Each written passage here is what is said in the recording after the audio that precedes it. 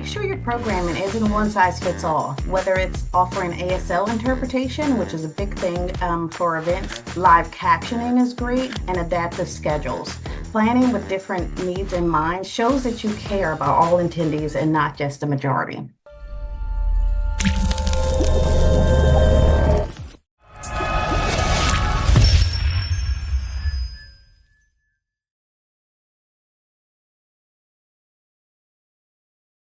Hello, everyone. Welcome to another episode of Elation Communications video series on inclusive communication. You can visit elationcommunications.com to learn more about this initiative. Today, we will be discussing inclusive events. I'm very excited to bring back GiGi Sheppard, who is the Director of Events for Elation Communications. Welcome, GiGi. Thank you. I'm so happy to be back. GiGi brings a wealth of expertise in planning and executing events that makes a difference, specializing in nonprofit events as well as those tailored to neurodivergent and differently abled communities. GiGi is dedicated to creating inclusive and memorable experiences. With extensive experience in person, hybrid, and virtual event production, she has a keen eye for audiovisual design and a background in culinary arts, ensuring every event is thoughtfully designed from concept to completion. Gigi's passion for her work is deeply personal. As a mother to a son with Down syndrome and autism, she understands the importance of creating environments that cater to diverse needs and abilities. Her commitment to inclusivity, attention to detail, and creative vision make her a trusted leader in crafting impactful events for all audiences. So we're very excited to have this expert on the call today to discuss inclusive events. So tell us a little bit more, GiGi, about your experience with designing inclusive events. Yes, so I've been doing this for quite some time. Of course, I started with my working with neurodivergent events in the last 12 years since my son has been born. Being in the life kind of put me in a different mindset for events, and I started consulting with people to help them bring inclusivity to their events. And it started in school spaces. My son did start his school life in a typical school. So I started consulting with the educators there to try to, so they wouldn't see his classroom as just a group of kids who were different from the other classes, right? So let's include these kids, and this is how we can do it type thing. So my experience with events goes back to the 90s. I've been doing this for quite some time. So it's just come full circle with everything that I've had an opportunity to learn, and working with, inclusive events and neurotypical, neurodivergent, and differently able people has been a passion of mine for a while. Hey, well, we're very grateful here at Elation Communications to partner with GiGi to bring inclusive events to our customers. So why don't we begin with the interview? Sure. What are the key considerations when planning an event to ensure it is truly inclusive for all attendees? Well, firstly, as you know, Jerrica, when planning an event with true inclusivity in mind, it's not just about ADA compliance. It's about creating an environment where everyone feels seen, safe, and celebrated. And here are some key considerations that I prioritize. Accessibility beyond the basics. Of course, the physical accessibility is essential. Wheelchair ramps, elevators, accessible restrooms, and that sort of thing. Even making sure that accessible restrooms are the door is easily open. It's the small things as well as the big things. Sensory friendly options for guests with some sensitivities. We like to have like quiet spaces, including individuals like my son, Noah, who has autism. Consider lighting, noise levels, and crowded spaces. Having a quiet space that people can go to decompress. Also consider having different headsets. If it's going to be a lot of loud noises and things, you can have noise canceling headsets that are very helpful for him.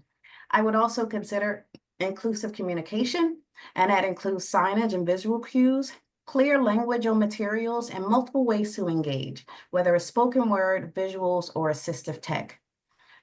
Programming for diverse needs. Make sure your programming isn't one size fits all, whether it's offering ASL interpretation, which is a big thing for events. Live captioning is great, and adaptive schedules. Planning with different needs in mind shows that you care about all attendees and not just the majority. Food and dietary considerations. I mean, I think sometimes we forget that people are vegan and don't just eat lettuce and tomatoes. So that's one of the big things too. And some of food and dietary considerations are also can be for autistic people for different consistencies and such. So. Well, thank you, Gigi. You've come prepared with a full list of key tips to ensure inclusive events are effective for the attendees. So I'll jump on to the next question. How can inclusive communication strategies be adapted to attract and engage diverse audiences at events? Inclusive communication is a bridge that connects your message to every member of your audience. So it's not just the loudest voices in the room. When you're intentional about how you communicate, you open a door to more diverse and engaged participants. So I would say speak to them all, know your audience. Use multiple communications, accessibility and communication, and engage in the community voices. You want to reach a diverse group of people? Bring in the conversation early, like bring the diverse group of people in early. Partner with local organizations, advocates, influence who already serve those audiences. Their voices add credibility, authenticity, and help you avoid assumptions. Okay, well, thank you for that, Gigi. So, based on your years of experience planning inclusive events, could you tell us how do you create a welcoming and safe space for all participants, especially underrepresented groups? Sure. So, creating a welcome and safe space starts long before the event itself. It begins in the planning process with intention, and I can't stress that enough. Representation at the table. Like you have to have the underrepresented voices into the planning process, whether you call in a consultant or call in the people who are underrepresented. But you have to do this with intentions, accessibility and accommodation, inclusive language and imagery, and training your staff and volunteers is huge. And also offer and be open to having continuous feedback and improvements. Okay, thank you, Gigi. Right. And so, what are some methods do you use to gather feedback from attendees to continuously improve the inclusivity of future events? What do you think will be get some good methods for organizations to employ with their attendees? I think to truly create inclusive events, you have to be willing to listen, not just during the event, but before and after too, as I spoke of before. Feedback is a gift, especially from attendees who've experienced exclusion in the past, right? So accessible post-event surveys, anonymous feedback opportunities. I mean, some people aren't comfortable with putting their name out, so making things anonymous sometimes can give you a truer sense of actually what's happening. Some attendees may feel more comfortable sharing their experiences anonymously, especially if something didn't feel welcoming or safe. Direct Mhm. conversation with diverse participants. Partner with advocates and allies. We often work with community organizations or inclusive consultants like myself who can observe and provide professional feedback on what we did well and how we can improve. That's the most important thing. How did we serve this community? Feedback loops with staff and volunteers, creating a safe environment for staff and volunteers to feel comfortable telling you actual feedback. A lot of times those staff and volunteers are in the know and they're at the events and they're listening. They have their ear to the ground, so to speak. So the biggest thing is acting on feedback. When people see that their suggestions lead to real changes, they feel respected. And Mhm. they're more likely to come back, participate, and trust. We're not only building inclusive space, but we find them valuable. Okay, thank you, Gigi. Okay, so the next question addresses a key aspect of planning events, and that is the speakers and the presenters. Essentially, that's a huge point on drawing the audience or the attendees to participate in that event. And oftentimes there is lack of diversity or inclusivity when making those decisions. So how can organizations ensure panel discussions or speaker lineups are diverse and representative of different perspectives?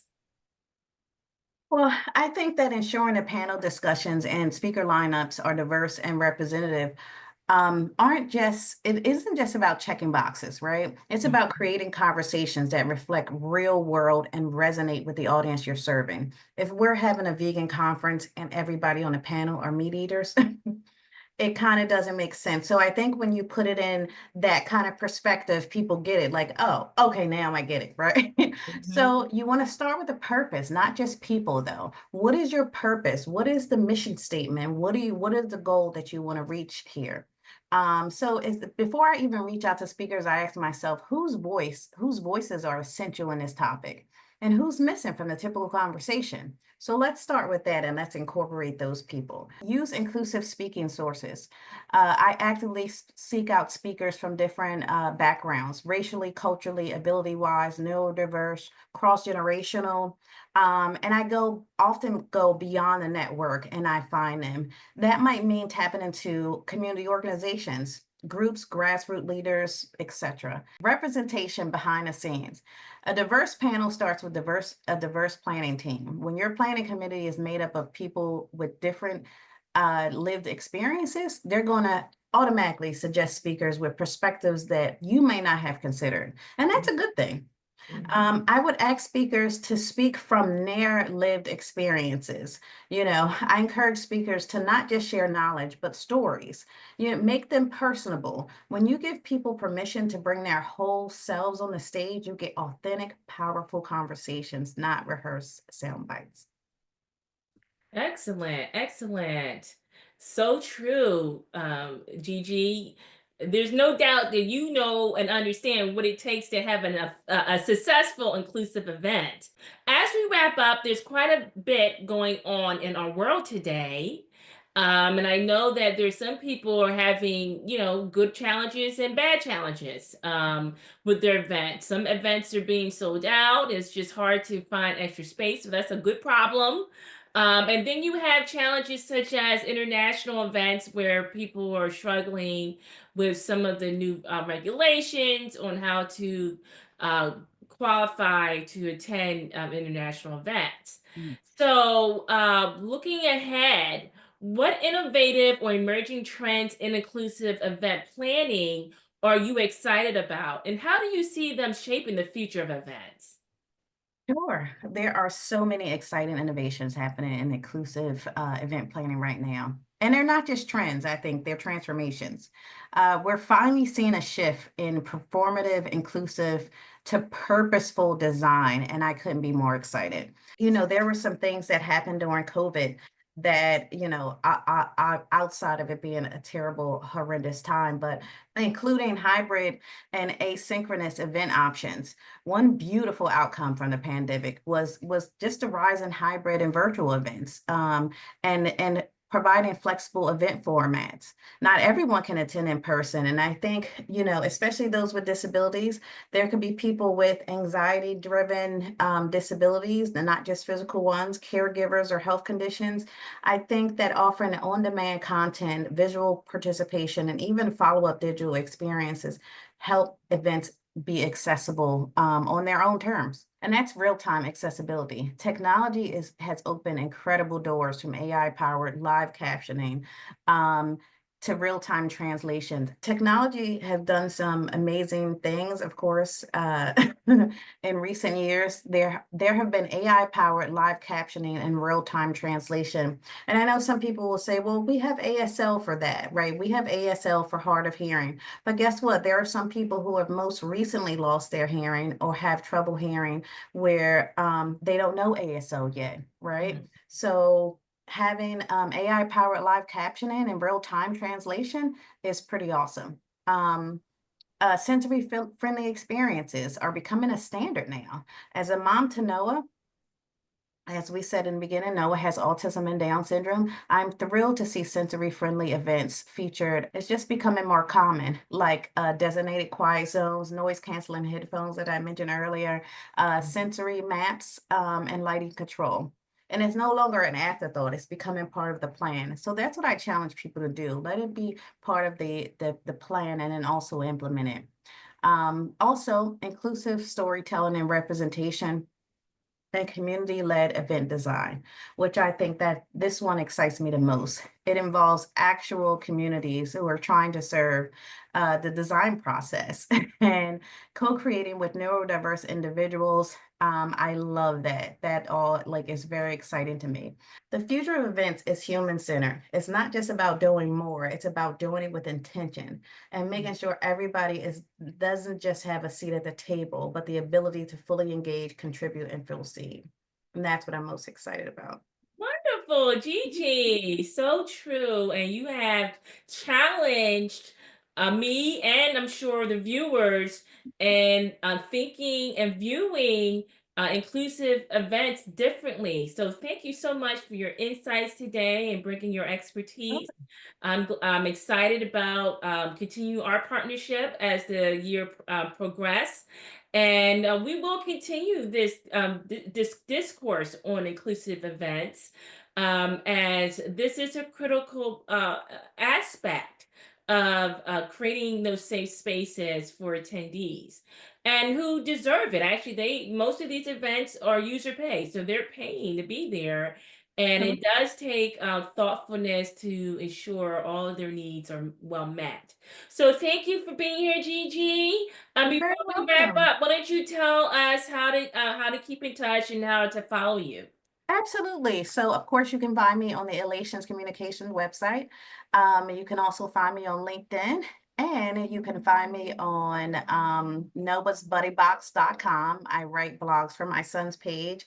And actually, for all your followers, I've created a discount code for Elations, and it's for 15% off anything on our website. And I'm very excited about it because we have some really cool t-shirts and mugs and all that kind of fun stuff. And it helps special needs parents and special needs kids. So I'm excited about that. Oh, well, thanks so much for that exclusive offer. So you heard that, everyone. You must go to the website. Tell us the website address. Sure, it's www.noahsbuddybox.com. Okay, well, I certainly will make sure I visit that site. Thanks so much, Gigi. You're And we welcome. invite Thank you you. to continue the conversation on becoming an inclusive communicator and with a focus on developing inclusive events. You can learn more about this initiative by visiting elationcommunications.com and follow us on Instagram, Twitter, and Threads at Jerrica Talks, YouTube at Elation Communications, LinkedIn at Elation-Communications, and on Facebook at Elation Comms. Until next time, become an inclusive communicator. Thank you.